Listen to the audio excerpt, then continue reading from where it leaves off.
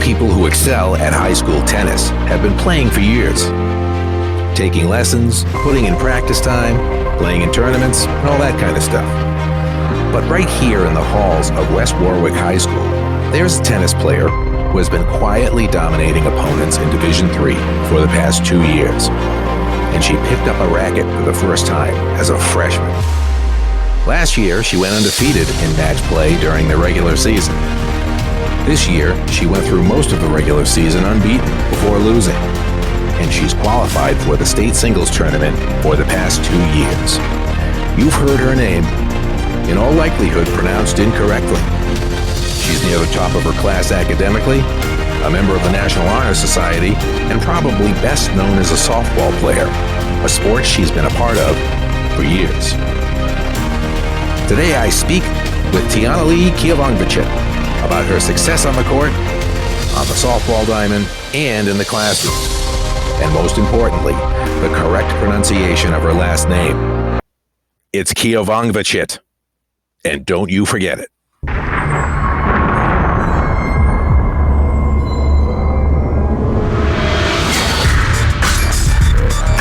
This is the Words with Wizards podcast, your look at the world through the lens of West Warwick High School.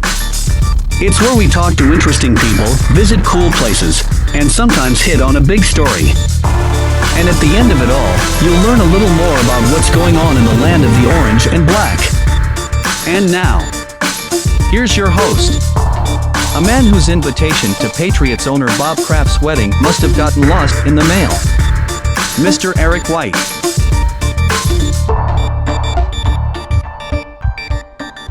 Hi, everyone, and welcome to the show. This is the Words with Wizards podcast, and today is Friday, October 21st, 2022, and this is episode 27. First off, I want to touch on some breaking sports news. Our football team won again last weekend at Johnston, 31-0, and now they're 6-0 going into the homecoming game matchup with Moses Brown, also undefeated at 6-0. The homecoming game is always a big deal. But this year, it means control of the division and has heavy playoff implications. In other words, it's a big deal. And if you can't be there, you can still watch it live on the WWHS Wizards YouTube channel. We will once again be teaming up with John Parenti, John Botello, and Michael Green from I-105.5 FM and AM 1450 to simulcast the game, which is tonight. And speaking of my friends on the radio dial, I want to send my condolences to the friends and family of Chris DePola, the owner of DePonte Communications, which includes the above radio stations as well as WBLQ in Westerly. He died of apparent heart failure at home last Thursday night at the age of 49. He was a strong presence in the Kent County and Westerly communities and a passionate supporter of local radio, which in this day and age of corporate media is becoming all too rare. He will be missed. And now, here's my conversation with Tianna-Lee Keovongvichit about tennis, softball, high school, her plans for college, and her last name. It's Keovongvichit.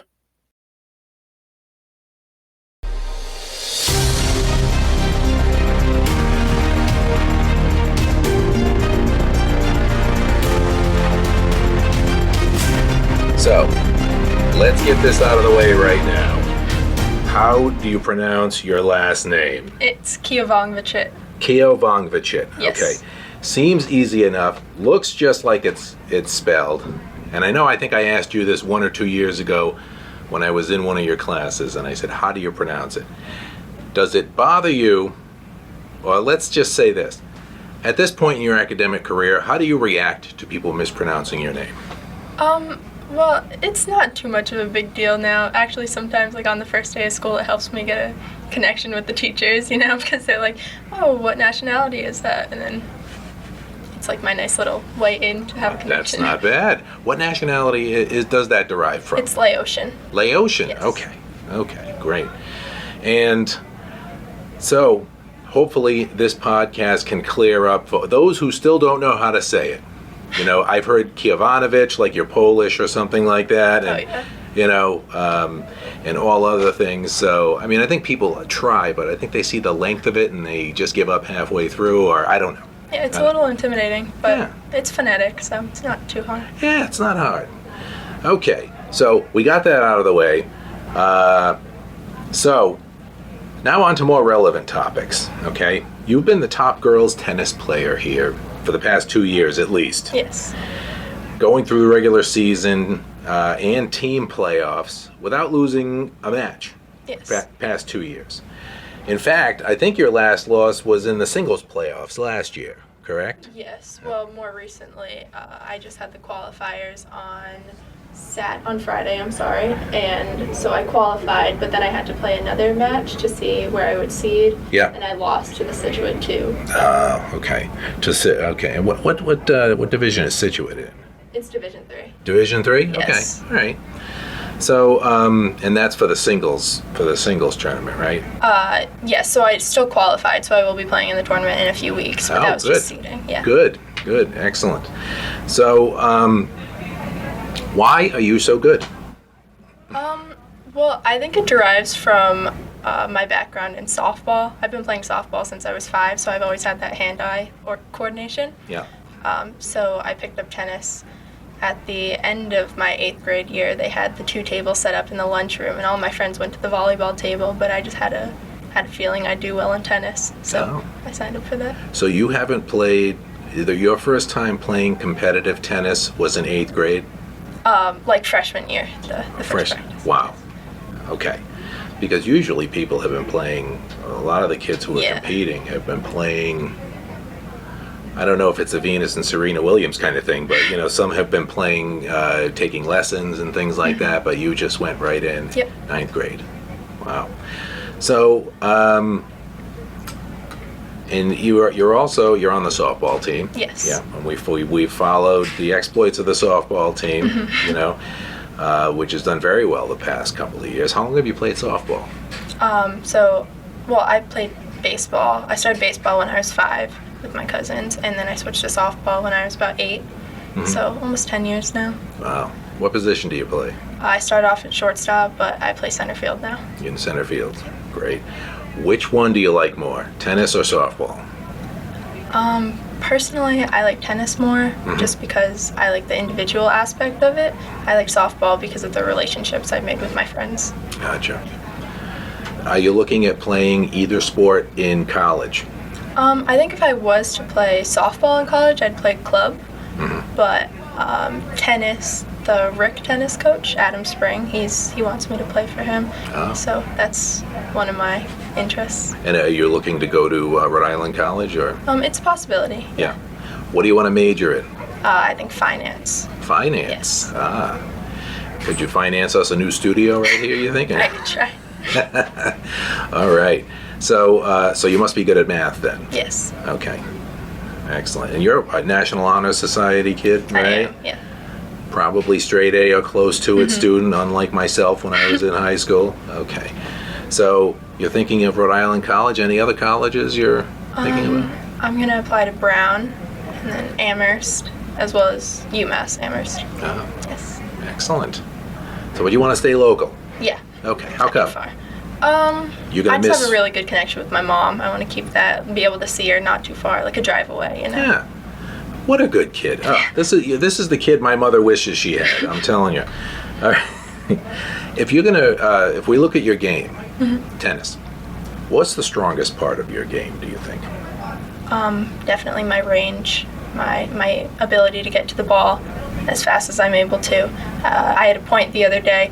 The girl hit it cross court, and I was able to get to it, and then I hit it back to her, and she lobbed it right over the net, and I was still able to sprint up to the net and get there. Wow. Yeah. Wow.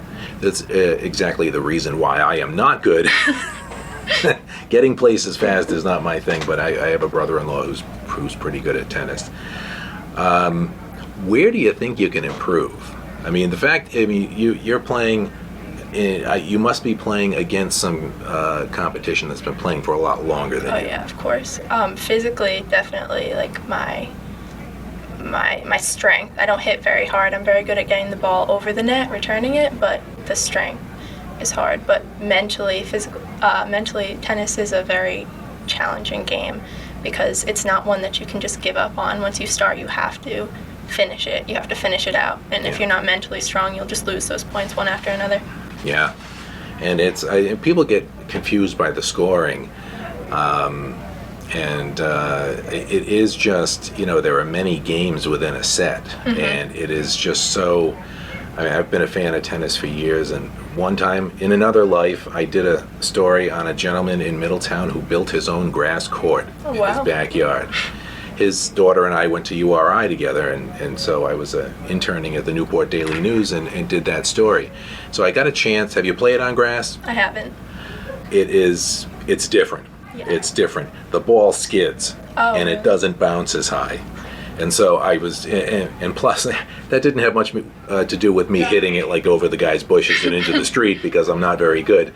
But it is very interesting, because it's the kind of grass that is on a putting green. So it's not high like, the grass in my front lawn, which is too high. But you do get a bounce, but it skids. And that's why playing on that, have you played on clay? No. But just the courts, clay is a little different too. It's your feet slide, and it's awful. It's very weird. Yeah, but both of them. That's why some people can't win at Wimbledon. Yeah. Because they're not good at playing on grass. I mean, speaking of the pros, any pros that you like to watch? So I actually don't watch tennis that often. If I come across a video, I'll watch it, but I'm not one to sit and watch the tennis matches on TV and stuff. Gotcha. So are you surprised at the success you've had the past couple of years? Oh, of course. Yeah. My freshman year, I started off as third doubles, so that's the very bottom of the lineup. And then my sophomore year, I moved up to fourth singles, where I didn't do too great. I had like as many wins as I did losses. But then I came out my junior year undefeated, so it was just a surprise. What changed in between sophomore year and junior year? Did you do anything differently? So during the summertime, I definitely practiced a little bit more. There's a court right at the bottom of my street that I go to sometimes when I practice. But also my parents, they bought me this like little toy thing that you fill up with water, and it has a tennis ball connected to a string, so you hit it and it just bounces back to you. So I think that helped me practice a little bit more. Great. So here you are wrapping up your senior year. Yes. Right? What's your goal for this tennis season? I always want to try to improve more than I did the last year. However, I have to keep in the back of my head that I'm doing this to have fun. It's my senior year. I want to have a good time. I don't want tennis to be my sole purpose of stress. So I'm just looking to have a good time this season. That sounds like a good way to go about it, because when you look at the people who are really good, obviously you've got talent and obviously you're good, but it doesn't seem like you're letting it run your life. It's a team you're on in high school, and you've got natural talent. And if you went up to Rhode Island College, a Division III school, that would be that's a great place for you, I think. And you're playing at the collegiate level, you can learn more and still have fun with it. People who are really into any sport, it's hours and hours of practice and so I'm glad that you have this perspective on it. But I have to say, I am sorry it's taken us 2 years to get around to you, because you don't have many other athletes or teams that have gone through regular seasons undefeated. When we had our volleyball team, of course, but you're one of the more successful individual athletes in this school. Thank you. So it was great. It's great to have you on. Softball, right? Coming up in the spring. I want to go on that for a second. So senior year, when you're going into a sport your senior year, because that's a team sport where I think, even though you lost your best pitcher from last year who graduated, was it Mackenzie Briggs, right? She was fantastic. I think you have to be one of the favorites to compete for the title in Division II. this year. So you're going into that. How do you look at that as compared to how you looked at tennis? Softball is a team sport, so as long as you have the connection between these girls, I'm looking for the same thing, just have a good season. Yeah. But I know that tennis is more, as much as it is a team sport, you're playing individually out on that court. So Yeah. I'm playing for myself on Yeah. that court. But in softball, every single time I step on that field, I'm playing for the team. So I'm doing it for the 12, 13, 14 girls that are on my team. Yeah. And they want to get this trophy, you know. I'm going out there with the mentality that I want to win it for them. Excellent. And after last year, last year you guys hosted a game that you think that everybody thought you should have won, and you Yes. lost. Does that fuel this team? Do you think that will fuel this team? I know it's early because you're not going to start playing until the spring. But do you think that's going to fuel this group of kids, this group of players, that much more going into this next Oh, season? of course. Yeah. Yeah. Especially our coaches. They remember every play. They write down everything. So they have the same fire in them that we do. Excellent. Yep. Great. So we're going to be stuffed into the snack shack at some point, broadcasting again, which is it's not a bad. What do you think, Riley? Not a bad place to broadcast from. Not bad at all. Yeah. And I'm glad. I think what they need to do is get a scoreboard for you guys in Yeah. that field, because that's a nice field. It's very big. It's very big. It's a little tough from our perspective to there's not too many places to put the camera No. where you're not in people's way, but it is a nice field, and I think we got to do something about getting a scoreboard for them, you know? So definitely. All right. Is there anything else you want to add? Besides, it's Keovongvichit. Yes, Keovongvichit. Okay. No, that's all. All right. So, keep us up to date and where you're going to be going. And thank you very much. I also have to point out that it's usually me emailing you, and you are an anomaly, a student who, number one, reads their email, and number two, responds to it very quickly. It could be, 11 o'clock on a Sunday night. I send you an email, and you send me an email back. Oh, yeah, this is what happened, and, so-and-so. And usually it's you won and everybody else lost, lately anyway. But the team, at least last year, you had some good wins. And I Yep. think this year you've won a couple. Yep. So it's not, you're about halfway over, right? The season's Yeah. about halfway over. So you never know. You never know.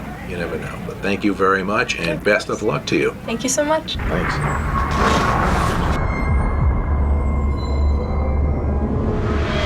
Thanks for tuning in. All music and sound effects for the podcast come from WeVideo, Speechello, and My Instance, which I use along with Audacity to produce the show. This has been a presentation of the Media Broadcasting and Journalism Pathway at West Warwick High School.